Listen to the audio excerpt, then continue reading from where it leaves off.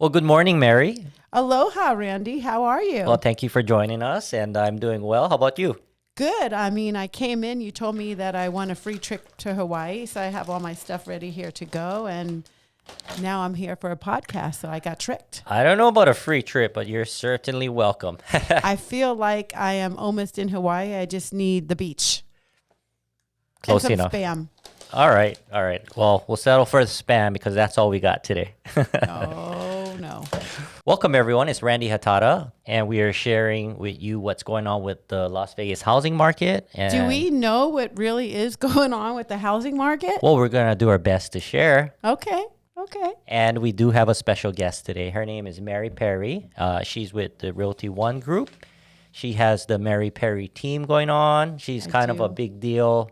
And on top of that, she is our incoming or future Las Vegas Realtor president. 2024. Is that all accurate? That is accurate, yes. Oh, good, because that came right off memory. That was very good, Randy. Thank you. I'm sure you have more accolades than that. But today, we're going to get right into the meat and potatoes of what we think is going on with the market, where this market may be headed. We got to be careful because Merri Perry has sworn to secrecy, and she represents all the 22,000, well, actually it's 17,000 realtors in Las Vegas. When she does become president, so when she speaks on behalf of all of us. So we can't corner her as much as I would like to on a normal situation. I'm speaking on behalf of myself. I'm not speaking on behalf of anyone today. She is not. She is yet to be inducted as president. Randy, you are also on the board of Las Vegas Realtors, so you're a very big deal. So we're just in the same boat right now. You know what? I actually really enjoy the board, and the one benefit that we don't talk about is I got to meet people like yourself, like-minded individuals, people who aren't afraid to tell things or just say it like it should be said. Say it. You share what's really on your mind with no holds barred, and I've always respected that. I of you, Mary. appreciate that. If I don't know answer or question, I'm always raising my hand, and when I go into that room, I go in knowing that almost 18,000 realtors are involved in this vote that we are doing, and I want to protect as many people as possible, and I don't really care what anyone thinks about me in the boardroom. As you know, I do what's best for us realtors, and I really, really appreciate your friendship, and it goes very far. So I appreciate everything that you do in the board, out of the board, in the field. You have a very good name. You're a great property manager. You're a great realtor.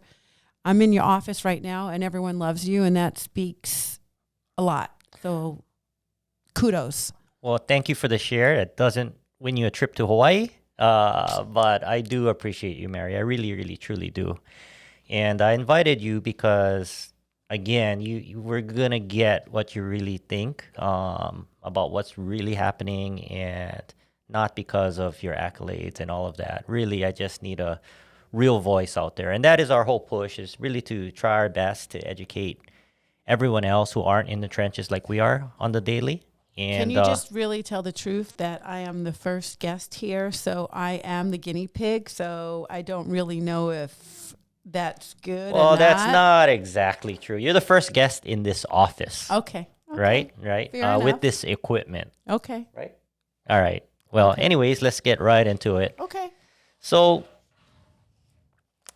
we know the market high was in May, right? And since then, numbers have been falling. And the one number that we'll throw out there, and I'll just start with this one, since it's right in front of me, is the fact that August and September, we saw some numbers stabilize. Whether that's going to be and stay consistent is to be determined. But we have our median price point at $450 in August. And for the first time in like 90 days, we're still at $450 in September. So that's one good glimpse of some stability. And then we'll get right into it. I've been licensed since 1989. The market, goes like this. It's crazy when someone buys a home and 6 months later they have over $100,000 in equity. So that's an inflated market. Do you not agree? I think it's unsustainable. Right. So our interest rate was at an all-time low, right? It was. We are heading in, you know, We've seen it in the twos. right, right. But Artificial. I'm going to say I don't ever see that happen again in my lifetime. I could be wrong. I'm not, Probably I not. don't have a crystal ball, right? I think our prices were very low and they're catching up. But I think sometimes when you list a property and a day later, you have 25 offers as is going 50,000 above. That's not normal. It is not normal. So we are stabilizing. We have a lot of new agents that haven't been in the business for over 3 years. They don't know what's going on. A lot of them don't know what a price reduction is, or given closing costs or repairs. And this is where the professionals come in, and training is super, super important. And it went from a seller's market to the very next day a buyer's market without any interruption. I mean, we saw the writing in the wall, but when it actually happened, it literally felt like it happened overnight, right? Right. No, we all knew, all the professionals and everyone that's been in the business for a long time, seen it coming. And the reason why we have my opinion personally, the reason why we have so many properties on the market is sellers are afraid and buyers are afraid now. Sellers are like, oh my God, let me cash out all this equity.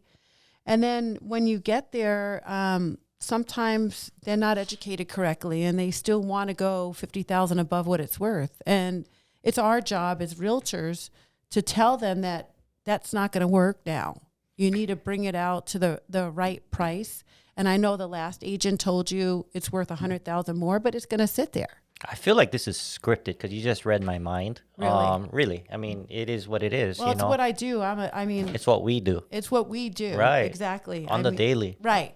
So it's something that I'm used to, and honestly, it's going to weed out some realtors, and it's sad, but it has to happen. Sad but true. We're going to be full-time agents again. It's going to be very hard for part-time agents to come in and just be able to list a property and it sells in a day. Now we actually have to work. I think from a business perspective, a lot of businesses especially we're talking real estate. So in the real estate world, brokerages, they're going to feel the pain as well for a little while. You see that come in.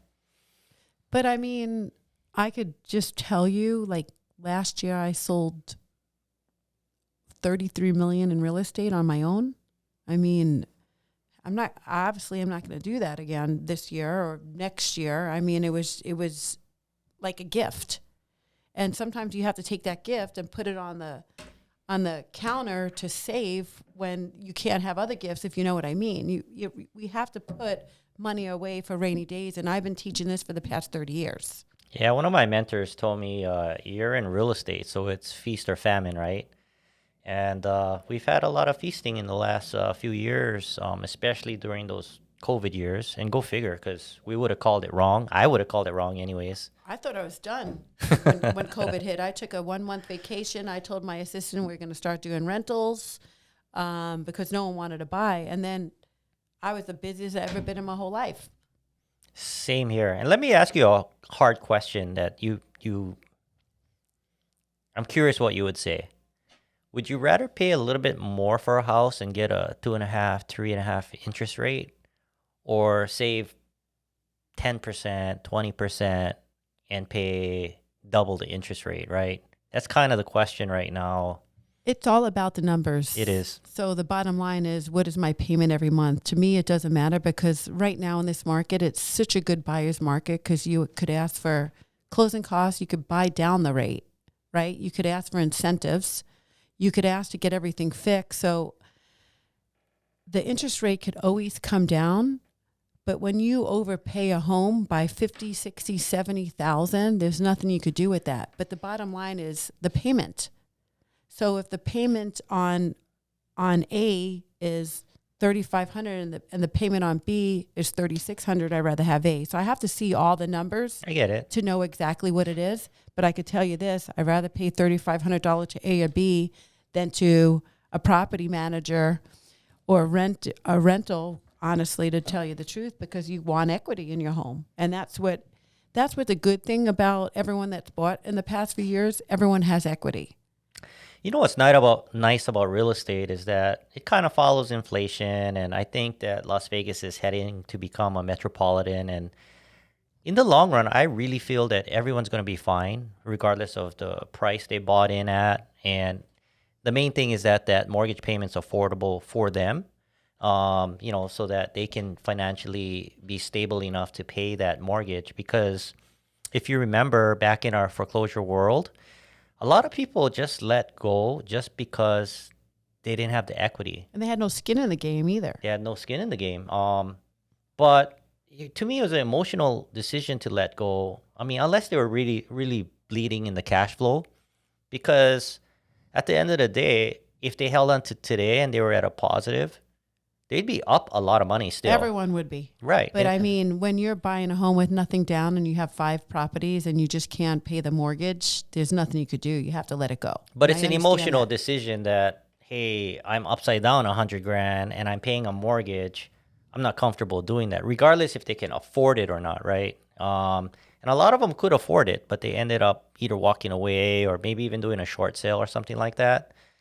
Um, I just think that, equity matters when it's time to sell or you need the leverage, but it's the payment that really dictates, am I bleeding in the cash flow or not, whether to hold or not. And I think a lot of people just let go a little too early. Of course. But Las Vegas is different. When I moved here, we didn't have anything. Now we have Golden Knights, we have the Raiders, we have basketball teams. We have so much that I think Las Vegas is still going to skyrocket. And we have so many investors coming in here buying up properties to rent out. And, we have amazing property managers like you that handle a lot of investors. I sell to investors that buy, they have 3 homes, 4 homes, 5 homes. That's a way to get rich.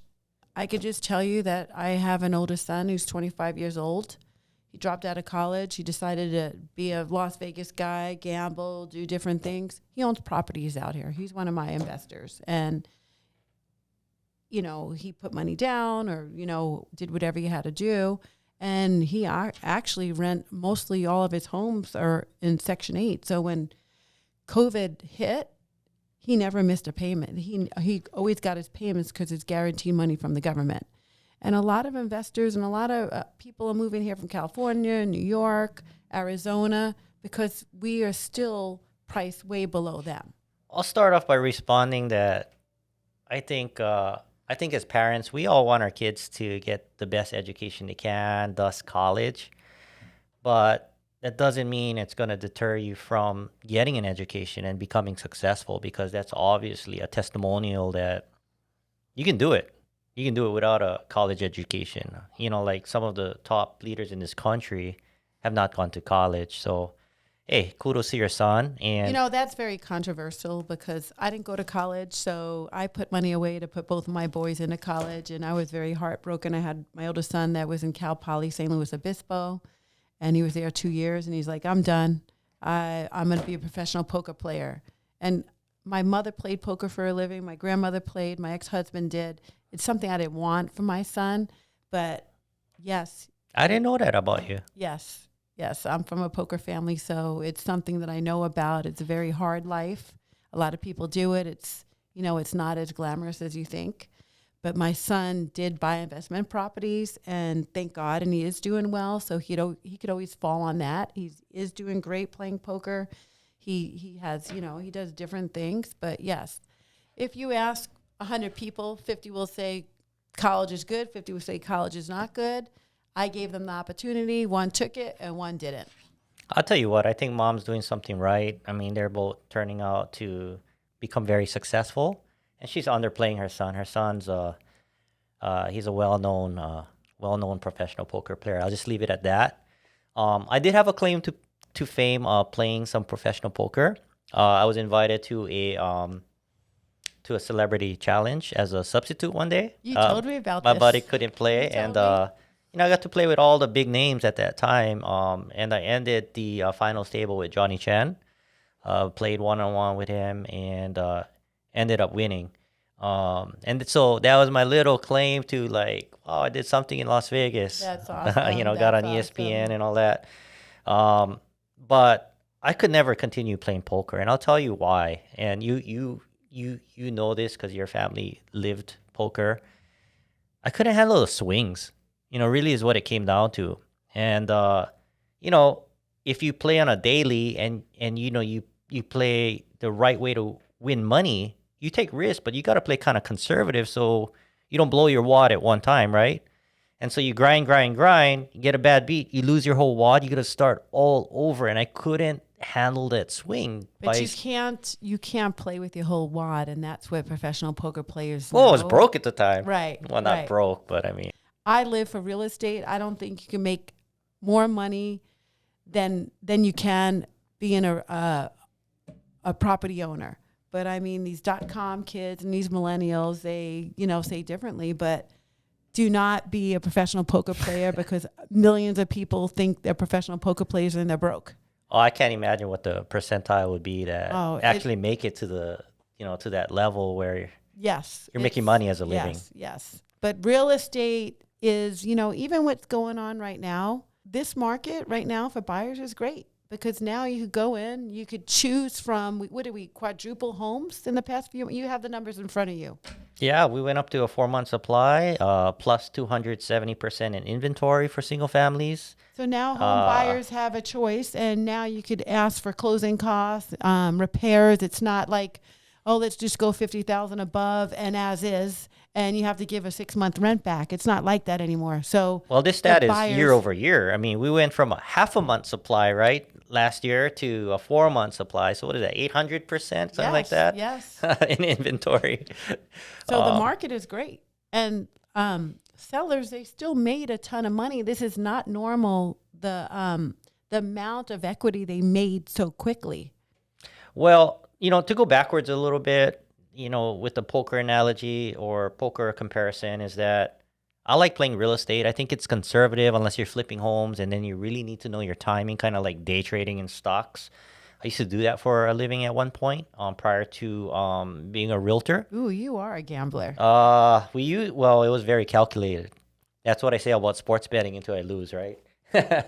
With that, let me throw out some numbers because it is a market update, although we're not going to focus on numbers.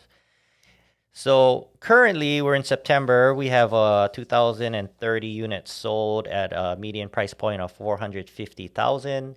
We have 3,376 new listings and a median list price of $475, $450, which means that people are settling, or sellers are settling about $25,000 under list. But list doesn't mean that we can have that conversation. List price, how do we even establish list price? You have what the sellers are thinking. You have what yesterday's numbers say. And you have today what buyers are willing to pay, which are 3 different numbers, right? So dealing with that as a listing agent can be challenging.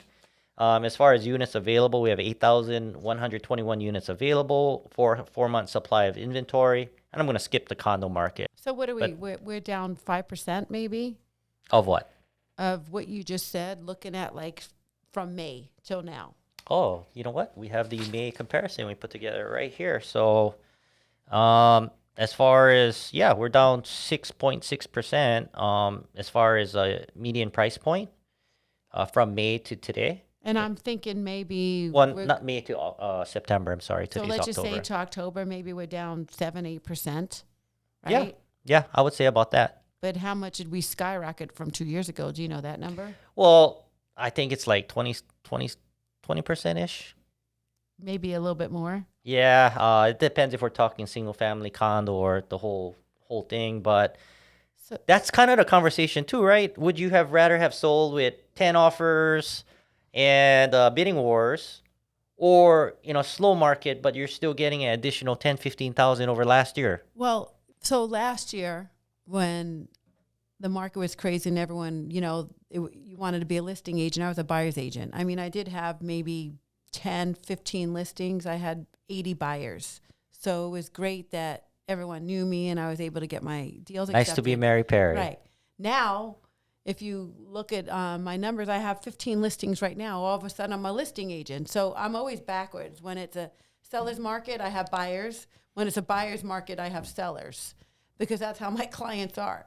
And it's just, I do it the best I can. I have a closing today. The most important thing right now is just make sure that realtors know what's going on. Just educate. It's not like, okay, so your home's worth 400. Let's make it 480 and see what happens. Those days are over. They're over. For now. And when you go, and it's very sad when I go to a listing and I just left the home and the seller's like, well, you're telling me my home's worth 500. I had an agent that says it's 550. So I'd rather go with that agent. I'm like, I understand, but do you want a sales pitch or do you want the truth? Right, exactly. And you're going to list that home and it's not going to sell. And then by the time it does sell, you're going to be at like 440. So you're going to lose like 40,000 from what I'm telling you, because the market it's going down. I mean, that's kind of the difference. You put it like in the beginning where experience is so important in this changing market. And a lot of, like not hating on newer agents, because there's nothing wrong with that. But it does take a good mentor and coach to train you up to speed, because they haven't been through the roller coaster yet. Let a new agent now that has been in this market just team up with someone that knows what's going on. Let them learn and listen. You cannot you can't go 50,000 above list right now. If there's a home on the market that's been sitting a while, you can negotiate. You want to get the best deal for your client. And when you list a property, you have to list it knowing that it's gradually going to go down and the inventory is higher. It's not like, let's list it high, see what happens. Your home is just not going to sit there. I'm at a point in my career where it's like, I used to be so hungry and take on everything and take on every challenge, right? And I'm at a point where, like, if I'm telling you these are the facts and you're not conforming to what is reality, then I will never be able to please you, and I'm setting myself up for failure and setting you even worse up for failure. So I'm at the point where I'd rather not take a listing like that rather than take it and then suffer the consequences. I do it all day long. Right? If they call me up, then well, you're from New York. You're a lot bolder than I am, baby. No, I don't want to take something that I'm going to fail at. No, I'm from New York. Oh, okay. I don't want to take something I'm going to fail at. 100%. So if they won't list it at the price it should be, let another agent that wants a listing. It takes time, money, a lot of we have to put it on our inventory. I send it out to everyone, and I just don't want anyone to be angry with me. And if they don't want to listen to an expert, then they need to go with another realtor that will make them happy and just list it and let it just sit there. Because it has to be listed right. You have to market it right. What's happy? Hearing what you want someone to say or getting a result, right? I'm from New York, as you know. I like to tell the truth. Sometimes, I don't want to hurt anyone's feelings, but the truth is always best for me. And I want to be honest and professional. And it's all about the experience with me. You could be a great agent, but you want to have a good experience. And it's not a good experience when I'm 70,000 above list and they're getting no showings, and we're just going back and forth, and I'm telling them they need to reduce, and they're telling me, I don't know what I'm doing, why is their home not selling? So that's not a good experience for either one of us. It's hard enough to get viewings even at today's market value, whatever that might be, because, again, it's based on yesterday's numbers. Well, buyers are afraid because they don't know what's going on, but really buyers should be up there getting a professional realtor, negotiating a deal. You just don't have to walk in there and say, oh, I'll just take it as is, and you can live there for free for 6 months, and I'm going to pay you $60,000 above. That's not going to happen. It's a great buyer's market now. It is, and I think there's opportunity for a lot of people right now. But you just need to shift the mindset to look at negative things as potential opportunities for other people, right? And that doesn't mean, and I know you're not saying just buy because it's a good time. You're saying use a professional so that you can negotiate and get what you really should get, right?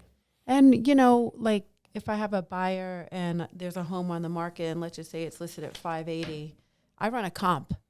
And I don't care what it's listed at. It may be worth 460, and I'll tell my client, this is worth 460. Let's put it in for, 460 as for closing costs, this and that. I don't care what it's listed at. It doesn't matter to me. because it's what it's worth. Let me ask you a quick question. Let's get off of this subject. All day. So we know you're from Hawaii. I am. What is the average sale price there? Oh my God. It depends what island we're talking about. But on average, I think it's about, I'm going to butcher this because this is not my space of expertise. I think it's about 900 on average. And our average price here is half that? I would say so, yes. So wouldn't you want to tell your Hawaiian family and friends to get over here and buy a home in Vegas? Now's the time. You can negotiate. You could sell your home in Hawaii. Come here. I mean, the plane ride, it used to be very cheap. I'm sure everything went up. How much is a flight? Are they still doing that California Club special? I think it's careful how I say stuff like that because I would love to live in Hawaii. I love Hawaii. I still call it home. I enjoy the outdoors. I enjoy the ocean. I enjoy the country. Not so much the city, but I love Hawaii. And, at the end, and it really depends what your goals are. And if it's really to enjoy Hawaii, then you got to pay for paradise. And that's what it comes down to. But the problem is that you got to pay for paradise, and the price of paradise is here, right? And you can get Vegas, in my opinion, you get a lot of value based on the numbers that we're at in Vegas here, halfway, right? That's what we just talked about. So what makes sense? What floats your boat? Like if I had unlimited funds and everything else. But everyone doesn't have unlimited And that's funds. the problem. I'd be retiring in Hawaii and I wouldn't worry about any of this. But most people, that's why we call it the ninth island. They're moving here for opportunity in some way, shape, or form. Whether it's entertainment, jobs, home ownership, they're coming here for some kind of opportunity that they don't get in Hawaii. Exactly. And so that's why I'm clarifying this and taking the time is that I'm not looking to push people out of Hawaii. I love Hawaii. We're just here to present what Vegas has to offer. And there's a lot of opportunity here in Vegas. I could tell you I have a friend that one of my best friends is Hawaiian. He lives here now, but everyone is his cousin. So his cousin. He's a real Hawaiian. Yeah, he's Portuguese and Filipino and, just makes the best mixed food. plate. Yes. He just bought a home from me in Indian Springs because he lives in Hawaii, but he lives with family members. He could never afford a home in Hawaii because he makes, the average price and he can't afford. So he bought out here and he comes out here for vacation. He hasn't decided to rent it out yet. He's just goes back and forth, and he plans on retiring here and also being able to go back and forth. So a lot of Hawaiians that can't afford Hawaii, they live there, they live with other family members, and they can invest out here. There's a lot of multifamily for the reason of affordability. Because although most people will say, yeah, I love living with my mom, I don't think they really, really do. They love their mom, but living circumstances is when you're an adult, it gets a little rough. So I honestly think if our market was going the way it was going the past 6 months, we would all be living with our mother because the homes are just skyrocketing, and we're still making the same amount of money we did like 20 years ago. So how does everyone afford things? So I think it's good that our properties are stabilizing and making it affordable for other people. I understand the interest rate is higher, but you could buy that interest rate down. I'll tell you what, I represent a lot of investors, and when they vested, even in the higher market days, as long as the cash flow made sense, we're doing all right, and we're not too worried about the market currently because we're looking at cash flow, and in the long run, they're going to end up, if they're financed, paying off that mortgage. They're going to own a house 100% in 15 to 30 years. And again, as long as you're not bleeding on the cash flow, most of our investors are doing pretty well. Don't you think most of your investors, they don't own one home? They start out with one home, and then the next thing you know, they have two, and then they have three, and then it continues to go, and then you make generational wealth for everyone, correct? It is. I mean, it's not all about just making money, but when you do, I mean, that can be addictive. And when something works, it works. And to me, that's why I like real estate. It's really I love real conservative. estate. I don't even like it. I love it. I live and breathe real estate. No matter which market it is, there's always a positive for it. It is. And when you talk investment, you can see the little sparkle, a twinkle in my eye because I get all passionate about this stuff. That is really my passion. In fact, I had to re-educate myself on how to treat a owner occupant or first-time home buyer because my mind was so focused on the investment itself. And so, like, if a first-time home buyer said, "I want this house," and there were already multiple offers, and they were willing to bid here, I had a hard time pulling the trigger on their behalf because of the investment mentality in my head. And my wife's like, you have to focus on listening to your client because if you don't, it's not all about investment. In the long run, yeah, it's a good investment, but what if I told you grandma lives here? What's that worth? Or brother lives here? What's that worth? Or like I grew up in this neighborhood. What's that worth? And so numbers kind of go out the window in that aspect. But again, in the long run, it kind of you catch it all back up, and that's why I like real estate. Like you can make a mistake and recover from that mistake, kind of like the stock market in the long run. But if you're in day trading, you really got to make sure that Lose everything's everything. everything's Well, streamlined and processed. Because your business is different than mine. My business is last year I put 90 people on homes. That's because I knew the market. I knew the interest rate was going up, and I deal with first-time home buyers, veterans, and minorities. So I knew I had to get them in before the interest rate went higher because they could afford at 3%, 2.75%, 3.5%.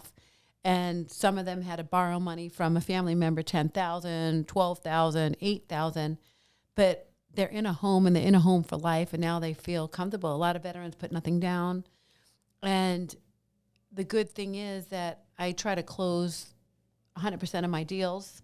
So if I go to you and say, Randy, here's my client, it's a veteran, they really want this home, they're willing to do this, they're willing to do that, I was getting my offers accepted. Do I have investors? Absolutely, but nothing like, the feeling of getting a first-time home buyer or minority or veteran into a home that's never owned a home before is Priceless. priceless, and it's just such a good feeling. And then to have them move up, like, they buy a home for $100,000 that isn't in the best area of town or is too small for them, but it's better than nothing. And now they're in one of their dream homes. It's just a feeling like no other. It is, and then you have your sense of pride of ownership. You have your stability as here's home versus a house, right? In the long run, and I'm not sure how to say it, but if you have a family, you raise your children there, and it becomes part of the family, right? They say home sweet home. Home is Nevada. There's just so many things, but nothing feels as good as owning your home and being able to raise your family, make an equity, and just it's such a good feeling. And there's nothing getting good deals for investors, that's amazing.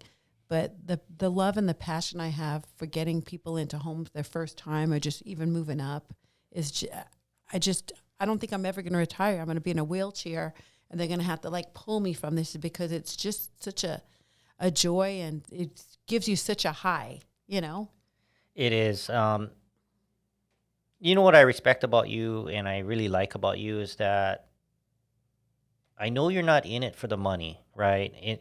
Commissions and monies, they follow what you do. And it's kind of like gifting, you don't expect something in return, but it usually comes back around. No, karma's good. Yeah. So with that, I know you're in it for the right reasons. And I know you sell with confidence. Whereas, I hate to put it this way, there's a lot of people in the industry that sell for commissions, right? Which is totally different. And the philosophy to me should be sell for the right reasons and you make a living doing so as a consequence to doing the right thing. But if you notice, we'll have realtors that have been selling real estate for a long time, and maybe they are doing it for the reason that you're saying. People find out, and then they're slow. It's short term, short-lived. It's short term. Maybe it's a few years, but it's not going to be for good because their clients find out. Their neighbor will say, "Hey, listen, you paid $60,000 more than I did," and they find out. So you always want to treat every single client like a family member, like your own child, or like it's yours, because it always comes back tenfold. And there's so many times where I'll be with a client that maybe they're $4,000 short, and sometimes I have to give up something, but it's okay, because there's other times where, I get a deal that was just so easy. So it's not about the commission. It's about, again, the experience, and the experience for everyone. That statement kind of like opened my eyes a little bit, because I follow the same philosophy, but a lot of the time I hear myself saying in the field, if it were me, or let's treat it as if this is my investment or my home. You're saying as if it was my son's home, which is different than my home, because I know when I deal with a client or a family member, I'm a lot more critical than I am with myself. When I'm with myself, I'll settle and I'll get into get it done mode. I might not get the best deal possible, but I get what I want when I want it, if I can, if I can cover it. Whereas if it were my mom or my son, I would push harder for every penny and every inch, right, in that deal. So there is a difference between myself and my family. 1,000%. Yeah, so And there's no love. I'm going to use that now. Right. There's no love. Like, because I feel that way. Right. I see it with your son. And every time, you just gleam, your son's fishing, your son's doing this, your son's doing that. And there's no other love like your child's love. And that's how I do it. Like, you're my son. And that's how I go to bat with everyone. And I'm relentless. I negotiate the best possible deal, whatever side I'm on. But again, I've been doing this for a long, long time. I have a good name in real estate. I love selling real estate. Yeah, I get it. And we follow the same philosophies as, we really care about our clientele. And even in property management, like, I'm thinking in my head, like, I'm doing all of this for you. I wouldn't even do this for myself. But that's why your analogy to, let's, treat them as my son or my parents or something like that, it goes a little further than self. Randy, I only hear good things about you as a property manager. Thank you. And then when they want to sell, they're using you as well. And, I walked in, everyone loves you. It's a family that you have here. It's like the ninth island here. I mean, so what you're doing is great. And plus you give back to the community. You're on the board of directors, and so many times you're like, Merri, I can't do this anymore. I can't do this. I'm so busy. I mean, we're all busy, but you care, and that's why you're doing it. Because we don't get nothing out of it. You see, when the boardroom, sometimes we're fighting with each other. We do whatever we have to do. But I mean, we care. And that's the difference. And realtors that care, and I care about other realtors. I mean, there's so many times I'm mentoring realtors. I'm doing both sides. And it's not about what kind of money I'm making. I want the deal to close. You know what's crazy is the amount of time that the board puts into the industry. And I think a lot of people take that for granted, that, hey, there's drama or there's self-interest and blah, blah. But, at the end of the day, everyone on that board is putting in so much time. I mean, I know it because I've been there for years. And it takes away from our business, our families. And there is a lot of, it's a big investment. Now, you going up to executive and now president, I can't imagine how many man hours, if you were to calculate, that takes away. But without people like you, who's going to do it right and who's going to do it right? So much love and respect for you stepping up and doing that. I'm on a lot of nonprofits. I'm on Project 150. I'm on different things giving back to the community. And at first I was just like, no, it's going to take up too much time. I just sold so many homes, my clients, but real estate has done so much for me. I, got a divorce when my kids were younger. I raised them by myself. And this career has put both of my kids in private schools, got them cars, put them both into college. My oldest son was in Cal Poly St. Louis Obispo that I paid for out of my real estate career. So why would I not want to give back to a profession that has given me and my boys so much? I have a beautiful home. I have a nice car. I eat out. I have nice clothing. My boys are happy. Why would I not want to do this? I am, no one knows this yet, I am starting a real estate team because I will be traveling 4 or 5 times the amount that we do on the regular board. I thought you always had the Merri Perry team. It was called the Merri Perry team, but it was just really me and my assistant, because my assistant is licensed, but it was just really us. You did 33 million with you and your assistant. Yeah, my assistant. That is unbelievable, because I know what I did, and it didn't match your number. Yes. I was very busy. And I worked my butt off. Well, you also property manage, and you do all different things. I mean, I was just, I took people out in the car. My assistant did. We wrote up offers. We got accepted. We went to another deal. I mean, but my clientele is veterans, first-time home buyers, and minorities, and I needed to get them in. I literally thought you were going to tell me your team was like 5, 10 realtors deep. No, it was not. Well, there you go, guys. If you're in the real estate industry, Merri Perry is looking for some talent on the street. But hey, you know what? I know it isn't about us, because it's about how much we care about the industry and the good things that's going on. But let's refocus on the market, because I think that's what a lot of people want to know about. And, the hard question, which I'm sure we're on the same page with this one, is where do you see the market going, right? Where do you see the market going? I know we had some stabilization in the last month to month, August to September, but we're walking into the holidays. You want my guesstimate? That's all we can do. Okay, I'm going to guess the market is going to go down maybe another 5. You don't have to throw a number out there. Okay, we have not hit the bottom. We're not going to hit a bottom. It's not going to be a recession or anything bad. I think maybe we're going to go down. I'm going to hit a number. I think maybe we're going to go down 5%. For the rest of the year? I think for the next, what do we have? November, December? No, I think we're only going to go down 1 or 2%. November, December. We only have November, December. Where'd 2022 it's go? Almost time for you to buy my Christmas. Where did present. 2022 go? I lost it. Holy mackerel! It's only 2 more months. Christmas time. I think the market is going to go down a little bit more. I don't think the market's going to change for another 7 months. What is your guesstimate? My guesstimate is that it's going to get colder before it gets warmer. It's going to be a cold winter. I think it's going to open up a lot of opportunities for buyers, obviously. I'm going to have to use this. And a cold winter and a lot of opportunities. I like it. It is, because with every bad comes a good usually, right? And for every issue, there's usually an opportunity for someone. Oh, 100%. Right? And I think that a lot of buyers will get great deals this winter. I mean, I really, really think so. Great deals are happening right now. Right now, there aren't very many buyers pulling the trigger. Obviously, They're afraid. Well, what do we have in closings? Here's a comparison. In May, we had 2,900. And September, we had 2,030. So we lost 30% of closings.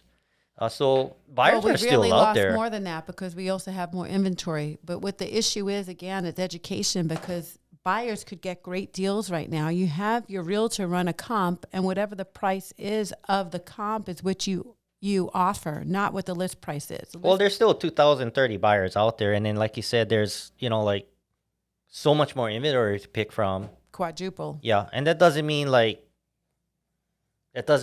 you should buy. It means that what's listed for list prices is not always the reality, because the sold price is another number. And so what you see in front of you can be better. And I think that's what Merri's saying, is that with a good realtor and negotiations and everything else, I mean, you can end up with some great bargains out there. It's a great buyer's market, but it's also, it's great for people with all the equity. I mean, how they made so much money so quickly is not the norm. So it's a good time to sell as well. You just have to price it right. It is. And get that equity. It's just really where you are in your financial well-being, and timing is everything. And for some, it's time to sell, and for some, it's probably time to buy. And we're a lot of people are making a lot of emotional decisions. This was my last meeting, and a lot of people are worried about interest rates. And again, listen, you could buy down the interest rates. Okay, steal my thunder, Merri. Okay, go ahead. Go ahead. But everyone's talking about the interest rate. You could buy down the interest rate with closing costs that you're going to get from the seller that you weren't able to get for the past 2 years. Right. So we're talking about interest rate. Also, 2 years ago, last year, you walked into a home with damage and you're just buying it as is. It's not the case anymore. They're going to fix it all up for you. So this market is great. And that's even for new builds. Like right now, new builds between new and resale, the gap isn't that big. So there's a lot of value in brand Do you new. know new builds, they are giving you a good interest rate as well? Yeah, they're giving you a fixed or a rate guarantee or a buy down And plus no- closing costs if you use their lender. But be careful with that. But the And point being, also, you don't have to pay another $40,000-$50,000 for a lot premium.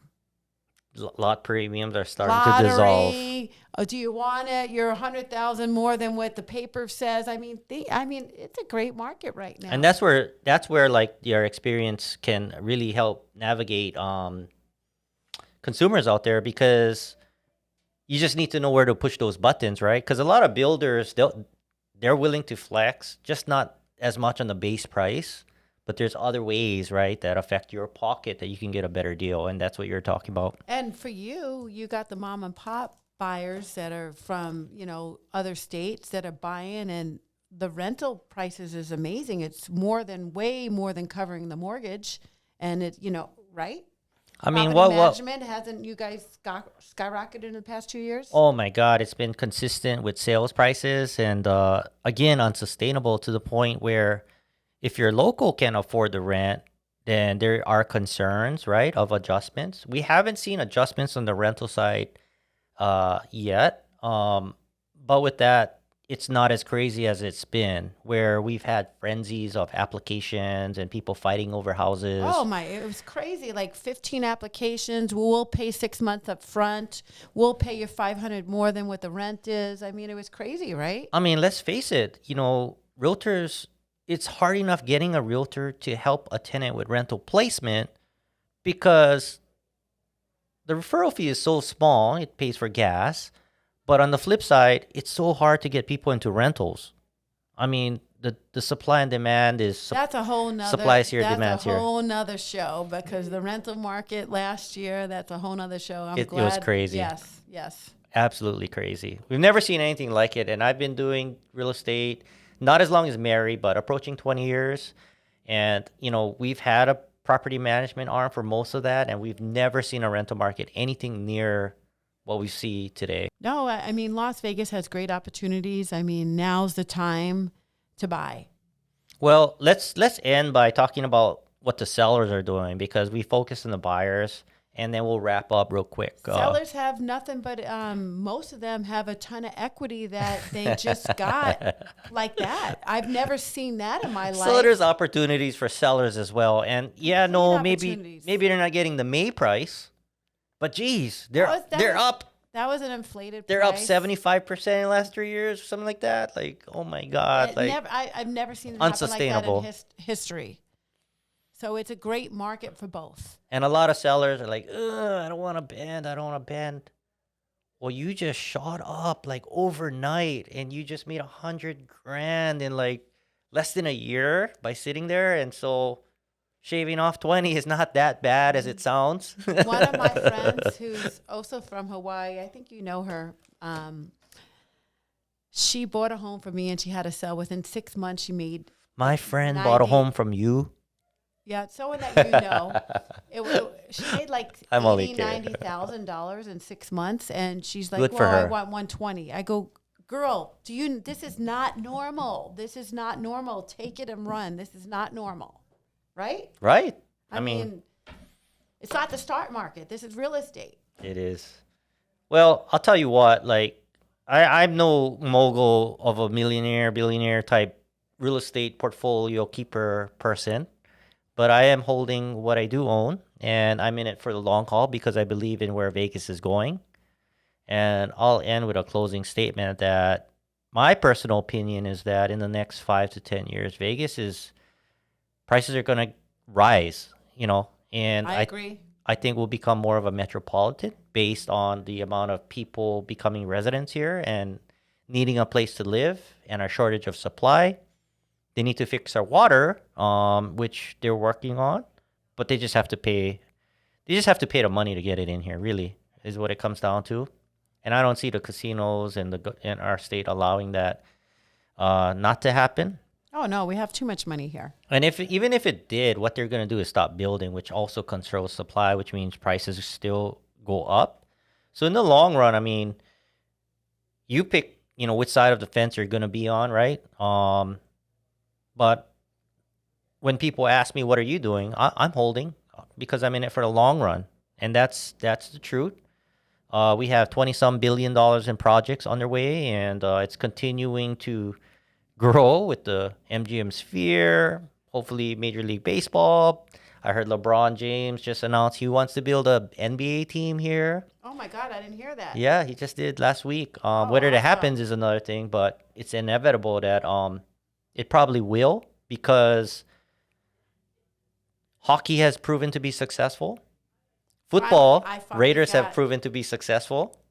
What are you going to say? I finally got my hockey tickets this season. So now I have season tickets. So it took me. I see you there all the time Well, I used to go because of my son, because, he would buy me tickets. Or I'd because buy he's a big tickets. deal.